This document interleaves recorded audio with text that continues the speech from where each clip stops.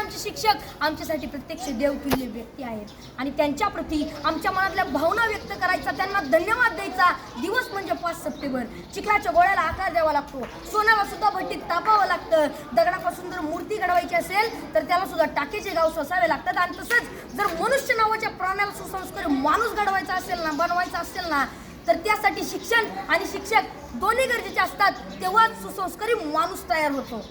जगावर राज्य करणारा इंग्लंड हा देश आहे आणि या देशाच्या सांस्कृतिक परंपरेने त्यांच्या देशातील शिक्षकांना राष्ट्रपतींइतका सन्मान आणि दर्जा दिला जातो आणि म्हणून तर ते जगावरती राज्य करतात. ज्याला क्रिकेटचा देव मानलं जातं तो मास्टर ब्लास्टर सचिन तेंडुलकर. त्याला प्रसारमाध्यमांनी प्रश्न केला की तुम्हाला एवढी बक्षिसं मिळाली, तेवढे पुरस्कार मिळाले, तर त्यातलं तुमच्या आवडीचं बक्षीस कोणतं? तेव्हा सचिन तेंडुलकरने सुंदर उत्तर दिलं. ते म्हणाले, मला एवढी बक्षिसं मिळालेत, मला एवढे पुरस्कार मिळालेत, अहो एवढेच काय, मला सर्वोच्च पुरस्कार भारतरत्न मिळाला आहे, पण त्यातलं माझ्या आवडीचं बक्षीस कोणतं असेल ना, तर ते म्हणजे मला माझ्या आचरेकर सरांनी दिलेली शाबासकीची थाप. ते जेव्हा म्हणतात ना शाबास सचिन, तेव्हा त्यांची ही शाबासकी मला भारतरत्नापेक्षा सुद्धा मोठी आहे. जी माणसं आपल्या जीवनात मोठी झाली त्यांनी आपल्या आयुष्यातील मोठेपणाचं यशच श्रेय आपल्या शिक्षकांना दिलंय. जगामध्ये एक सर्वात जास्त वाचलं जाणारं आणि सर्वात जास्त विक्री होणारं एक पुस्तक आहे आणि त्या पुस्तकाचं नाव आहे 7 habits to wily effect to peoples, यशस्वी लोकांच्या 7 सवयी. आणि हे पुस्तक लिहित असताना ते लेखकाने जवळजवळ 3000पेक्षा जास्त यशस्वी आणि सर्व क्षेत्रातील लोकांच्या मुलाखती घेतल्या होत्या. तर त्यामध्ये जवळजवळ प्रत्येक यशस्वी लोकांनी आपल्या यशाचं श्रेय आपल्या शिक्षकांना दिलंय. मनाच्या मोठेपणाचं सर्वात मोठं उदाहरण आपल्या शिक्षकांनी आपल्याला केलेल्या सहकार्याबद्दल कृतज्ञता व्यक्त करणे आणि मनाचा सर्वात मोठा खोटरडेपणा आहे की आपल्या शिक्षकांनी आपल्याला दिलेल्या ज्ञानाबद्दल जाण आणि कृतज्ञता नसणे. अशी माणसं फार मोठी होत नाहीत आणि पुढे जाऊन ती तोंडावर पडतात. असंच एका मनाच्या मोठेपणाचा एक मोठा प्रसंग या ठिकाणी मला सांगावा असं वाटतो.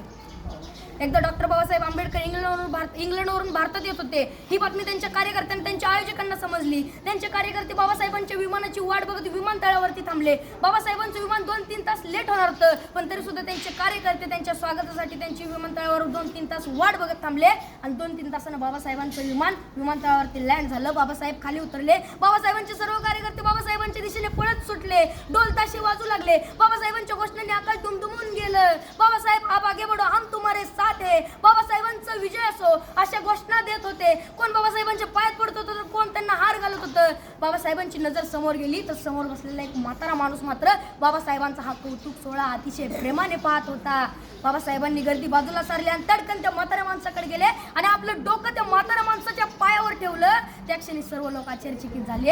एवढे मोठे प्रखंड पंडित डॉक्टर बाबासाहेब आंबेडकर या म्हाताऱ्या माणसाच्या पाया का पडताय? त्या क्षणी बाबासाहेब म्हणाले, हेच ते केळुस्कर गुरुजी ज्यांनी मला माझ्या लहानपणी शिकवलं. गुरुजींना लहानपणीचा भेंबराव आठवायला लागला. मळलेली कपडे, फाटलेली दप्तर, फुटलेली पाटी आणि एवढं ते पोर वर्गाच्या बाहेर बसून वर्गात शिक्षकांनी शिकवलेला शिक्षणाचा एक कण एखाद्या चातक पक्षाप्रमाणे वेचत होतं. वर्गाच्या बाहेर बसून शिकला होता. त्याच्याकडे पाहून ब्राह्मण मास्तर हसला होता, कारण त्याला माझ्या भीमामध्ये उद्याचा ज्ञान सूर्य दिसला होता. डॉक्टर बाबासाहेब आंबेडकरांना केळुस्कर गुरुजींना प्रचंड प्रेम आणि श्रद्धा होती. मला या ठिकाणी म्हणावं असं वाटतंय, घरट्यातून पिलू उडावे घेऊन दिव्य शक्ती, आकांक्षाचे पंख असतात आणि उंबरठ्यावर भक्ती. तसंच आपण आपल्या आयुष्यात किती जरी मोठं झालं, किती यश संपादन केलं, तरी आपण आपल्या शिक्षकांना आणि आपण आपल्या शाळेला कधी विसरलं नाही पाहिजे. एवढं बोलून मी माझ्या भाषण संपवतो. जय हिंद, जय भारत. Very good.